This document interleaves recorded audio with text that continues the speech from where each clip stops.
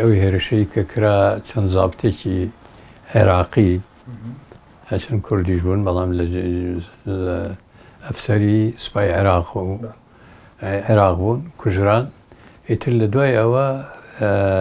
پەیوەندیەکی جددی و نهێنی لە بینی حکوومەتی عێراقی حکوومەتی مەرکەزی عێراقی و تورکیا هەیە.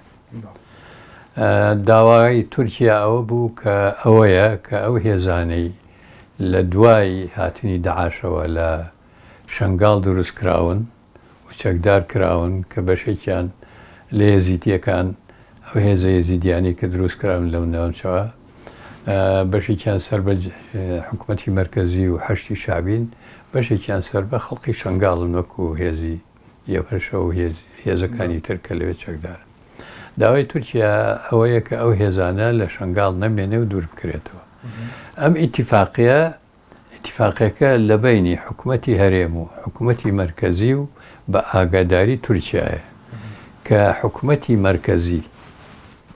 پۆلیسی حکوومەتی فیدرالی، جەیشی عێراقی بێنە ئەو ناوە هەموو هێزەکانی ترکە چەکدارن و لە دوای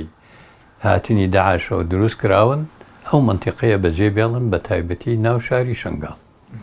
و ئەمە حکوومەتەکانی وەکو هاوپەیمانان ئاگادارن و حکوومەتەکانی وەکو فەڕەنسا و ئەمریکا و هاوپەیمانان پشتگیری ئەمەیان کرد و هەدەفیش لەمە ئەوەیە دوورخستنەوەی وەکوتم ئەو هێزە چەکدارانی کە دوای هاتنی داعش دروست کراون بە هەمویانەوە، گەڕانەوەی ئاوارەکان بۆ شوێنی خۆیان و حکوومەتەکانی وەکو فەڕەنسا و بەریتانیا و ئەمریکاش وعدیان داوە کە هاوکاری بکەن بۆ گەڕانەوەی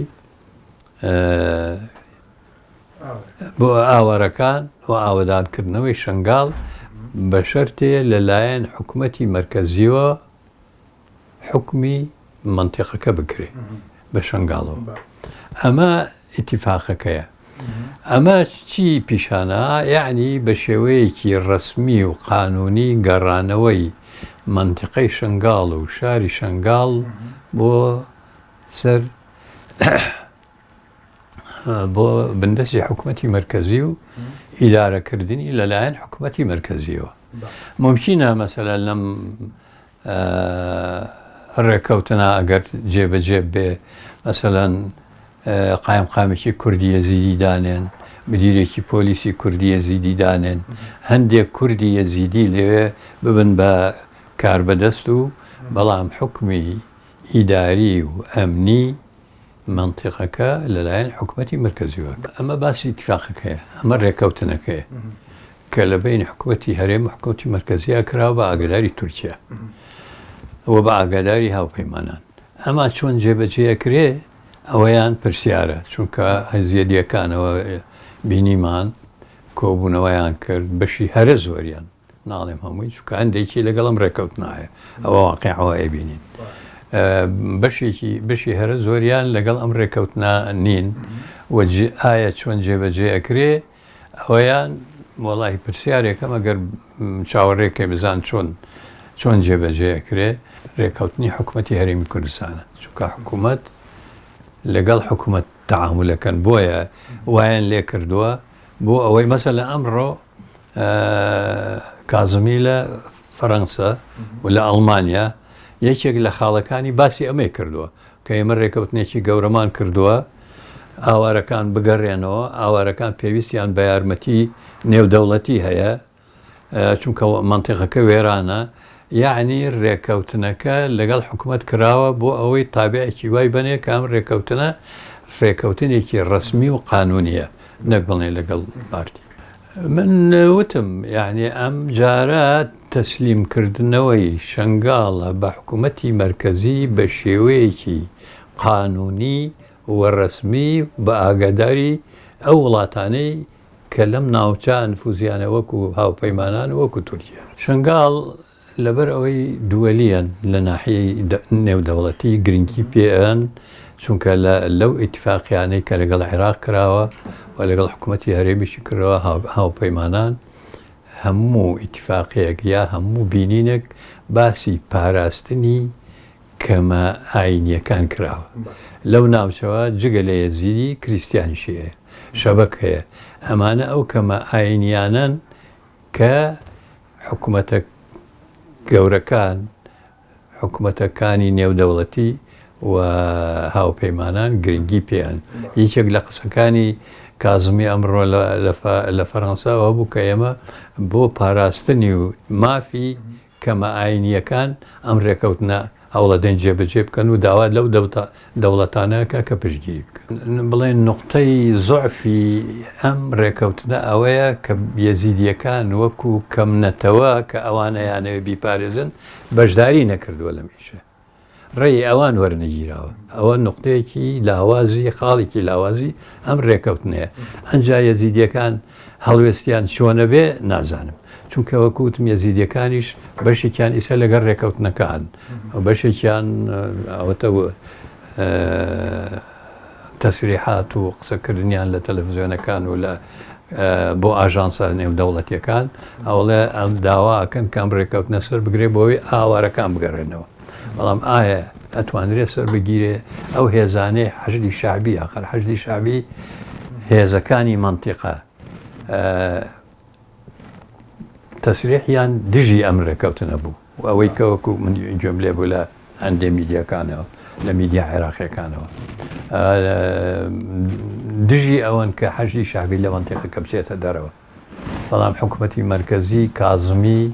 کە ئەم ڕێکەوتنەوەی کردووە یەکێک لە خاڵەکان هەموو ئەو هێزانەی کە لە دوای هاتنی داعشەوە لەو ناوچە دروست کراوە نوێ هاتوونە ئەو ناوچانە بۆ ئەوەی حساسیت دروست نەبێ بچنە دەرەوە پۆلیسی فیدرالی و جێشی عێراقی بێن لە ناوچەکە مەلەفی ئەمنی وەرگرن. نازانم یعنی ئایا ئەتوانرێت جێبەجێ بکرێ یا یەزیدیەکان تاکەی ناڕازین و دوایی ڕێی خۆیان نەگۆڕن یا ڕێی خۆیان ناگۆڕن نازن. لە ناوچەکانی جارێ ناوچەی ١40 ئەوەی کە شمولی مادەی ١40ەکە ناوچەی هەرە ڕئیسی خانەقین و کەرکووکە. خانەقین و کەرکووک تازە لە دەستی حکوومەتی هەرێم و کورد نەماوە مەگەر گۆڕانکاریەکی گەورە لە ناوچەکە بێ مەگەر حکوومەت تێک بچێ مەگەر ئەو سینناریوانەی کە باسەکرێ لەم لاولەوە لە عێراق بێ بەسێ کیان حربی ئاهلی دروست بێ سەلەن ئەوەی بەلەت ئەوەی هێرش بۆ سەر مەقەڕی پارتی لە بەغا هێرشە بۆ بەڕاستی عالەمی کوردستان دەسووتێن یعنی تۆ شعوری هەموو کورد بریندارەکەی.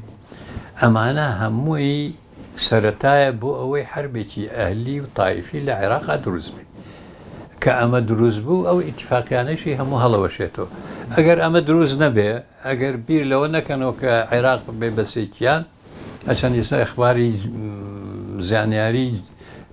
تەواو هەیە کە سونەکانیش بەجددی ئەمجارە کەوتونەتە خۆ بۆ هەرێمێکی سونە جاکردنەوەی هەرێمی خۆیان و ئیدارەکردنیان وەکو هەرێمی کوردستان. ئەجاگەر ئەمە ببێ ئەوە تا عێراق بە تەبیعەت حاڵم ببەسێکیان یا بێبەستێ هەرم لەم وەختە ئەتوانی مەسلەی مادەی ١40 بهێنی ئەمەیانی مناقەش. بەڵام ئەگەر وەساکە هەروە بێ مادەی ١40 وەکو خۆیان ئەڵێن مردووە ئاخر مردنیشی ئەم حرەکەی شنگال بوو بەڕاستی. ئێستا لایەنی هەرێمی لایەنی کوردی بەداخەواڵێم لەبەر ئەوەی یەک ڕێی نین لەسەر قەزیانە لەبەر ئەوەی پارچە پارچەن لەبەر ئەوەی تا ئێسش هێزە حیزبە سەرەکیە ئەساسیەکانی کوردستان کە دەسەڵاتی هەرێمیان بەدەسەوەیە هەتا ئێسش لە ناو خۆیانە ناکۆکن خەریکی پیلانن ڕێی جیان هەیە ڕێی تایبەتیان هەیە هەر هێزێک لەسەر چۆن لەگەڵ مەرکەزە تەعاملکەن چۆن لەگەڵ وڵاتانی دەور و پشتاوەکو ئێران و تورکیا کە لە ناوچەکە دەسەڵاتیان هەیە و هێزیان هەیە و ئەتوانن گۆڕانکاری بکەن چۆن لەگەڵ ئەوانە تەعامل بکەن. ئەم ڕێیانە لە وەختێکە کورد ئەتوانێ هەوڵێک بدا بۆ گەڕانەوەی ئەو ناوچانە یان جێبەجێکردنی مادەی ١40 کە کورد بە هەموو هێزەکانیەوە یەک خیتابی سیاسی هەبێ بەرامبەر بە مەرکەز کە حکوومەتی مەرکەزی کازمیە بەرامبەر بە ئێران بەرامبەر بە تورکیا کە ئەو هێزانە چەندە دەسەڵاتی حکوومەتی مرکزی هەیە ئەو نێش دەسەڵاتی تورکیا هەیە لە باشووری کوردستان چەندە دەسەڵاتی حکوومەتی مرکزەیە ئەو نێش دەسەڵاتی ئێران هەیە لە باشووری کوردستان یعنی سێ دەسەڵاتی ڕئیسی باشووری کوردستان حکومەکە حکوومەتی مرکزی تورکیا ئێران بەنسبەت ئێران و تورکیاوە فەرقێکەیە کە ئێران عسکەریەن بەهێزی سەربازی نەهاتووە بەشێک داگیرکە ئەعلانیکە بەڵام سیاسیان حکومی تیاکە تورکیا بەهێزی عسکەری و سیاسی حکومێک لە بەشی باشوورەکە معنای وایە ئەگەر هەر ئەوەش بۆتە هۆیەوەی کە ڕێی کورد ڕێک نەکەون کە ئیتیفاقێک نەبێ کە نەتوانن بە یەک تاوی سیاسی بچنە بەردەمی حکوومەتی مرکزی بڵێ ئێمە ئەمانوێ مادەی 140 بەم جۆرە جێبەجێ ئەو من دەمێکەوتمە 2 ساڵاڵێ بچووکردنەوەی پرۆسەی سیاسی لە کوردستانی باشوور چۆنی بچوو بکەنەوە پێخانەوە قاڵبەکەی زمانی ئۆتۆنۆمیەکەی زمانی حکوومەتی عێراقی سەدام ئەمە ئەم سیاسەتەیە هەنگاو بە هەنگاو تەطبیقەکرێ هەندێک لە سیاسیەکان و سەرکردەکانی کورد ئاگایان لێیە هەندێکیان ئاگایان لێ نییە هەندێک بوون بە بەش بۆ ئەوەی گوایە خۆی مشکلەکە لەوەیە کە هەتا ئێستش عەقڵی سیاسی کوردی لە باشووری کوردستان بەرژەوەندی حیزبەکە چۆن بێ ئەوە بە سیاسەتی کوردی ئەزانێ ئەگەر بزانێ بەرژەوەندی حیزبەکەی تایە ئەو ئیشە یا ئەو ئیتیفاقیە یان ئەو پرۆسەیە کە هەیە داخڵە بێ ئەگەر بزانێتیان نییە هەڵوێسێکی تر وەرەگری مشکلەکە ئەوەیە کە ئەیتر ئەمە بە نەزانین حسابەکەین بە زانینی حسابەکەین نازانم مهمەوەیە هەتا ئێستش عەقڵی سیاسی کورد لە چوارچێوەی عەقڵی حیزبەکەیانە قەزەی کورد تەعاملی پێیەکەن چێ لەگەڵ حکوومەتی مرکزی چێ لەگەڵ حکوومەتی داگیرکەری وەکو تورکیا چێ لەگەڵ حکوومەتی داگیرکەری وەکو جمهوری ئیسلامی